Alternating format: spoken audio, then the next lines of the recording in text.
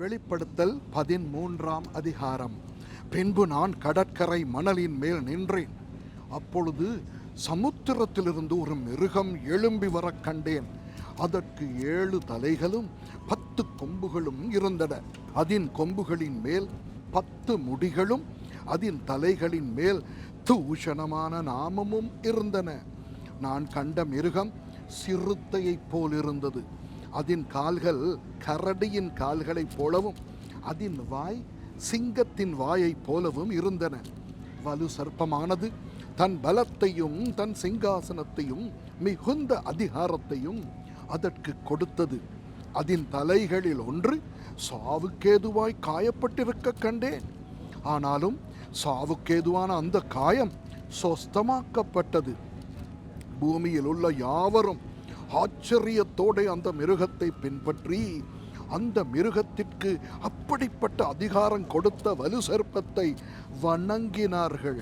அல்லாமலும் மிருகத்துக்கு ஒப்பானவன் யார், அதனோடே யுத்தம் பண்ணத்தக்கவன் யார் என்று சொல்லி மிருகத்தையும் வணங்கினார்கள். பெருமையானவைகளையும் தூஷணங்களையும் பேசும் வாய் அதற்கு கொடுக்கப்பட்டது.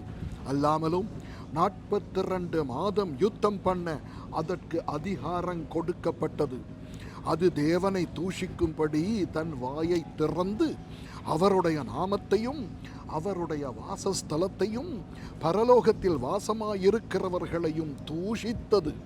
மேலும் பரிசுத்தவான்களோட யுத்தம் பண்ணி அவர்களை ஜெயிக்கும்படிக்கு அதற்கு அதிகாரம் கொடுக்கப்பட்டதும் அல்லாமல் ஒவ்வொரு கோத்திரத்தின் மேலும் பாஷைக்காரர் மேலும் ஜாதிகள் மேலும் அதற்கு அதிகாரம் கொடுக்கப்பட்டது.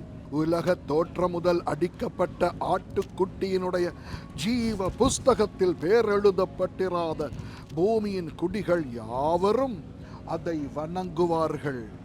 காதுள்ளவன் எவனோ அவன் கேட்க கடவன். சிறைப்படுத்தி கொண்டு போகிறவன் சிறைப்பட்டு போவான். பட்டயத்தினாலே கொல்லுகிறவன் பட்டயத்தினாலே கொல்லப்பட வேண்டும்.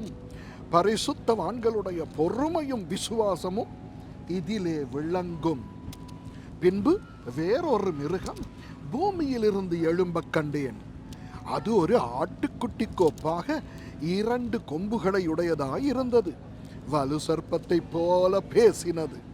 அது முந்தின மிருகத்தின் அதிகாரம் முழுவதையும் அதன் முன்பாக நடப்பித்து சாவுக்கேதுவான காயம் ஆற சொஸ்தமடைந்த முந்தின மிருகத்தை பூமியும் அதன் குட்டிகளும் வணங்கும்படி செய்தது.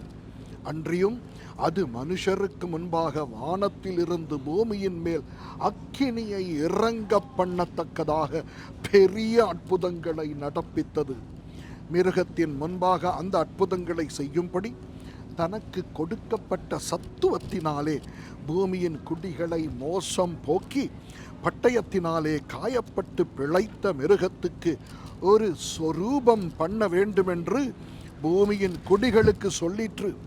மேலும் அம்மிருகத்தின் சொரூபம் பேசத்தக்கதாகவும் மிருகத்தின் சொரூபத்தை வணங்காத யாவரையும் கொலை செய்யத்தக்கதாகவும் மிருகத்தின் சொரூபத்திற்கு ஆவியை கொடுக்கும்படி அதற்கு சத்துவம் கொடுக்கப்பட்டது.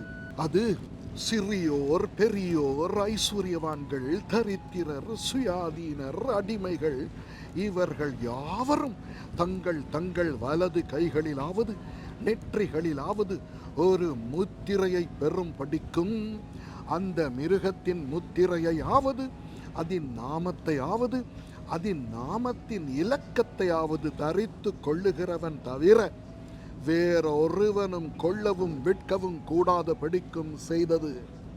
இதிலே ஞானம் விளங்கும்.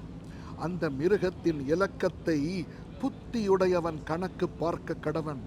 அது மனுஷனுடைய இலக்கமாயிருக்கிறது. அதனுடைய இலக்கம் 666. ஆமென்.